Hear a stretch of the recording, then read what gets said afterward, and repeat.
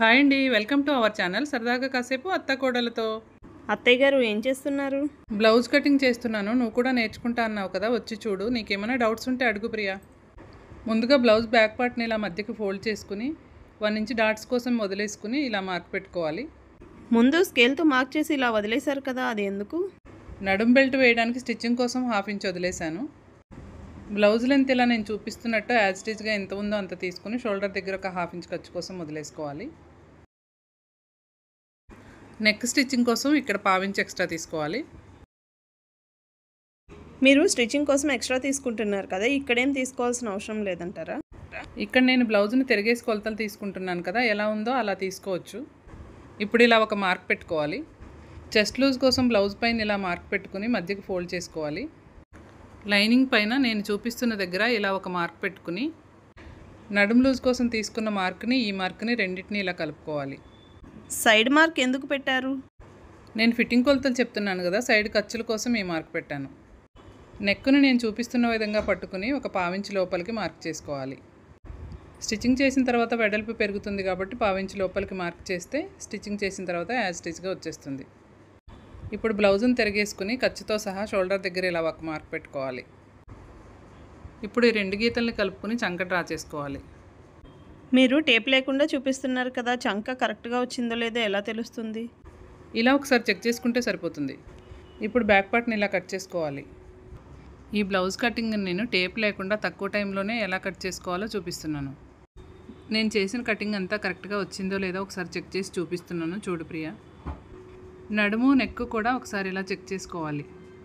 Front part cut చేయడం కోసం back part తీసుకుని ఇలా క్రాస్గా పెట్టుకోవాలి. క్రాస్ కటింగ్ బ్లౌజ్ అయితే ఇలా క్రాస్గా, స్ట్రైట్ కటింగ్ బ్లౌజ్ అయితే స్ట్రైట్గా పెట్టుకోవాలి. Front part length and dots length కూడా చూసుకుని ఈ 2 ప్లేసుల్లో మార్క్ చేసుకోవాలి. ఫ్రంట్ పార్ట్ లెంత్ తీసుకున్న దగ్గర మార్క్ చేసుకున్నాం కదా, స్కేల్ తీసుకుని అక్కడ ఒక స్ట్రైట్ లైన్ లాగా డ్రా చేసుకోవాలి. తర్వాత బ్యాక్ పార్ట్ని ఇలా ఫోల్డ్ చేసుకుని నేను చూపిస్తున్నట్టుగా మిగతా అంతా మార్క్ చేసుకోవాలి.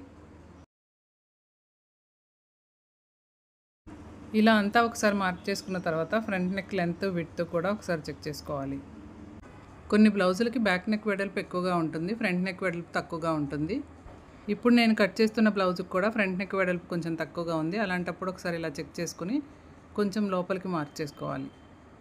ఇప్పుడు నేను చూపిస్తున్నది జాగ్రత్తగా గమనిస్తే నీకు అర్థమవుతుంది. ఇక్కడ ఒక 1/4 ఇంచ్ కింద నుంచి కొలతలు తీసుకోవాలి. క్రాస్ బెల్ట్ స్టిచ్చింగ్ దగ్గర ఎగ్జాక్ట్గా మార్క్ పెట్టుకొని ఒక 1 ఇంచ్ ఎక్స్ట్రా తీసుకోవాలి.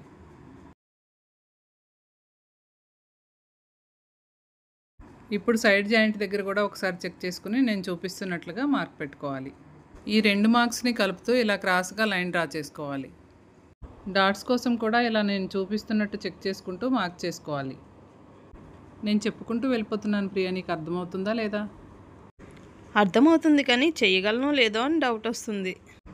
ఏ పనైనా మొదలు పెట్టకముందు అలానే అనిపిస్తుంది. ఒకసారి మొదలుపెట్టి చేస్తూ ఉంటే అదే వస్తుంది. ఒకవేళ నీకేమైనా రాకపోయినా నేనున్నా కదా, డౌట్స్ వస్తే నన్ను అడుగు, చెప్తాను. ముందు ఒక 2-3 కుట్టే వరకు కొంచెం తక్కువ రేటు క్లాతులతో ట్రై చెయ్యి. నేను ఇప్పుడు చూపించే కటింగ్ కూడా టేబుల్ లేకుండా ఈజీగా కట్ చేసుకోవడం కోసమే చూపిస్తున్నాను. సైజు బ్లౌజ్ కరెక్ట్గా ఉన్నది తీసుకుంటే ఈ బ్లౌజ్ని ఎవరైనా ఈజీగా కట్ చేసుకోవచ్చు.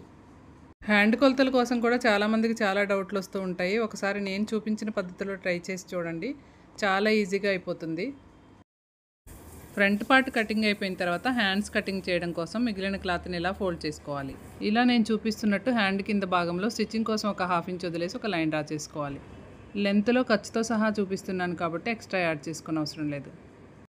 నేను చూపిస్తున్నట్టుగా లూజుల దగ్గర, ఎక్స్ట్రా ఖర్చుల దగ్గర, చంక కింద పొడవు దగ్గర ఇలా మార్క్ చేసుకుని అన్ని మార్కింగ్స్ కరెక్ట్గా ఉన్నాయో లేదో ఒకసారి చెక్ చేసుకోవాలి.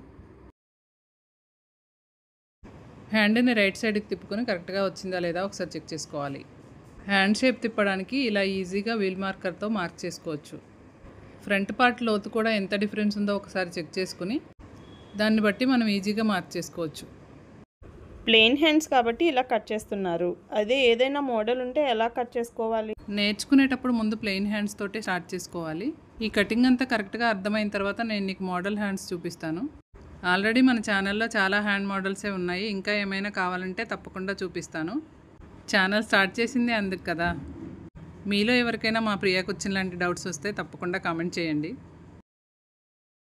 క్రాస్ బెల్ట్ కోసం కూడా కింద పైన హాఫ్ ఇంచ్ ఖర్చులు యాడ్ చేసుకుని లెంత్ యాజ్ ఇట్ ఈస్గా ఎంత ఉందో అంత తీసుకుంటే సరిపోతుంది. చూసారు కదా, ఒక్కసారి కూడా టేప్ వాడకుండా మన బ్లౌజ్ కటింగ్ ఎంత ఈజీగా చేసేసామో. మీరు కూడా తప్పకుండా ట్రై చేయండి. భలే సింపుల్గా కటింగ్ నేర్పించేశారు అత్తయ్య గారు. కటింగ్ చూపించారు కానీ స్టిచ్చింగ్ ఎప్పుడు చూపిస్తారు?